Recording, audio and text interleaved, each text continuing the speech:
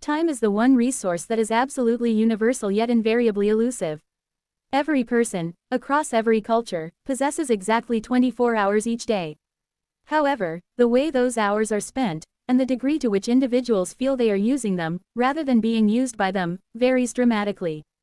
In the modern era, marked by rapid technological change, constant connectivity and increasingly complex life demands, the value of time has taken on a new dimension. Recognizing that value, and living in alignment with it, becomes a matter not simply of efficiency but of quality of life.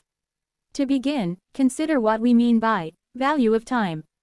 At its simplest, it means understanding that time has opportunity cost. Choosing how to spend an hour means foregoing countless alternative ways to use that hour. It means that even if time per se does not cost money, its value can be expressed in terms of what you could have done instead, what you lost by using it one way rather than another. When we lose time, we cannot get it back. This is fundamentally different from most other resources. Money can be earned again, purchased, saved or invested. Time only flows forward. Thus, the opportunity cost of each hour is irrevocable. In modern life, this insight has profound implications. For one, there is the ever-present pressure of busyness. People often fill schedules to the brim: work, commuting, socializing, digital consumption, family, side hustles. The assumption undergirding such a pace is sometimes that doing more equals being more productive or living a full life. Yet, ironically, a life packed with activity can feel impoverished if each moment is consumed without reflection. If we constantly hurry from one task to the next, we may lose awareness of the moments themselves. We trade awareness for acceleration, and in doing so, we discount the intrinsic value of being rather than doing. Another dimension is the distraction-rich environment we inhabit. With smartphones, social media, streaming content, apps, instant notifications, the modern individual is often pulled in dozens of directions at once. The result: fragmented attention, shallow engagement, and a sense that time slips away unremarked.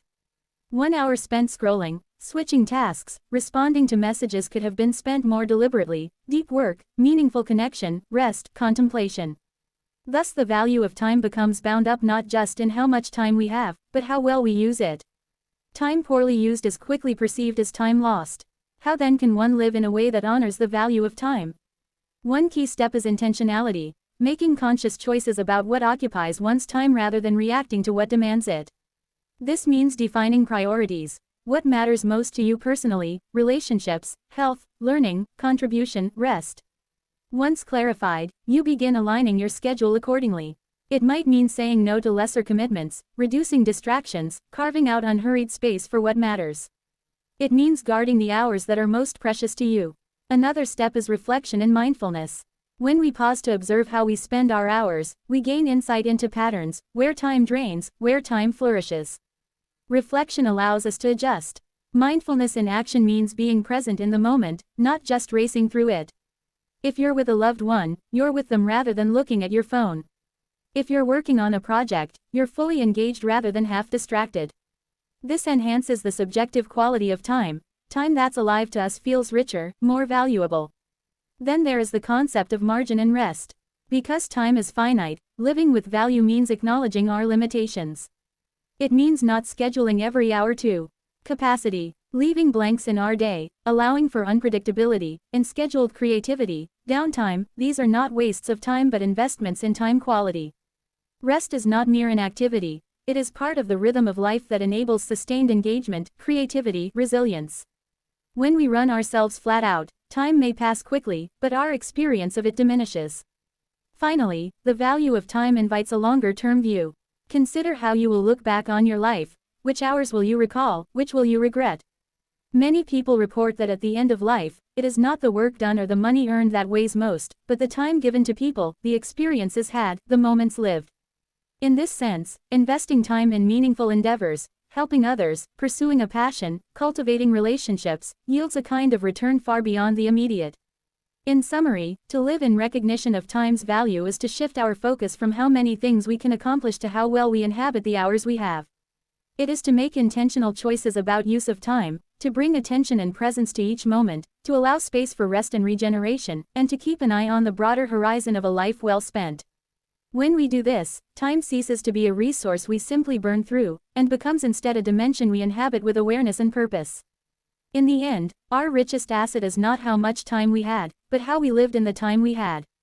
If the first part of our reflection revealed that time is the most precious non-renewable resource, this second part asks a deeper question: how can we live in alignment with that truth? Understanding time's value is one thing, mastering its use is another. In today's complex digital era, where attention is the new currency, cultivating mastery over time becomes both an art and a discipline. 1. From time management to time mastery. Traditional time management often focuses on productivity systems, calendars, to-do lists, and techniques like the Pomodoro method or time blocking. These are useful, yet incomplete. They help us organize time, but not necessarily honor it. True time mastery goes beyond scheduling. It is about designing your life around what matters most. To do this, one must think not just in hours or tasks, but in values and energy. Ask, what are the few activities that truly align with who I am and what I want to contribute? If an activity drains more energy than it gives, if it adds no meaning or growth, it's probably not the best use of your time. Modern psychology shows that people who consciously design their days around purpose, rather than routine, report higher life satisfaction, creativity, and emotional well-being. 2. The technology trap. When time slips silently away. Technology has blurred the line between work, leisure, and distraction. A smartphone, designed as a tool, easily becomes a time thief. Social media platforms employ sophisticated algorithms to hold attention, transforming seconds into hours before we realize it. The modern person must therefore engage in what author Cal Newport calls digital minimalism, a philosophy of using technology deliberately, not compulsively. Digital minimalism doesn't mean rejecting technology altogether. It means using it intentionally, choosing tools that serve your goals rather than dictate them. For instance, setting screen limits, disabling non-essential notifications, or designating phone-free hours. A 2023 study by the Pew Research Center found that individuals who consciously limit digital multitasking not only reclaim 2 to 3 hours per day but also report lower anxiety and better sleep. Every notification demands attention, and attention is time's twin. The moment you give one away, you lose the other. Therefore, reclaiming your time begins with reclaiming your attention. 3. The power of deep work and flow. Modern neuroscience reveals something remarkable. Our brains are happiest and most productive in states of deep focus. Psychologist Mihaly Csikszentmihalyi called this state flow, the total absorption in an activity where time seems to disappear. Paradoxically, the best way to use time may sometimes be to lose track of it. Flow arises when challenge meets skill, when we stretch ourselves just beyond comfort but not into panic. Artists, athletes, scientists, and coders often describe these states as moments of effortless creation. For ordinary people, flow can happen while gardening, writing, playing music, or engaging in meaningful conversation. By structuring our environment to minimize distractions and by engaging fully in what we love, we transform fleeting minutes into timeless experiences. Deep work, focusing without distraction on cognitively demanding tasks, is one of the best tools to enhance flow. As Newport argues, shallow multitasking scatters time into fragments, while deep work multiplies its impact. 1 hour of deep focus can yield the value of 5 distracted ones. Thus, mastering your time is not about doing more, but about doing fewer things better. 4. The gift of saying no. Every yes we utter is also a no to something else. Many people overcommit because they fear missing opportunities or disappointing others. Yet, each unnecessary yes dilutes our time and energy. Learning to say no gracefully is one of the most powerful time-saving skills you can develop. Saying no is not selfish, it's strategic. It allows you to reserve time for higher priorities, health, family, creativity, or rest. The key is to decline with respect and clarity, without guilt. Warren Buffett famously said, "The difference between successful people and really successful people is that really successful people say no to almost everything." Time is finite, and so are we. Every boundary we set around our time is an act of self-respect. It communicates, "My life has direction, and I choose to live it deliberately." 5. Time, mindfulness, and presence. Mindfulness brings a spiritual dimension to time's value. Instead of merely organizing time, mindfulness invites us to inhabit it. In a world obsessed with what's next, mindfulness reminds us of what's now. Practicing mindfulness doesn't require meditation cushions or monasteries. It begins by simply paying attention to your breath, surroundings, sensations, and emotions, without judgment.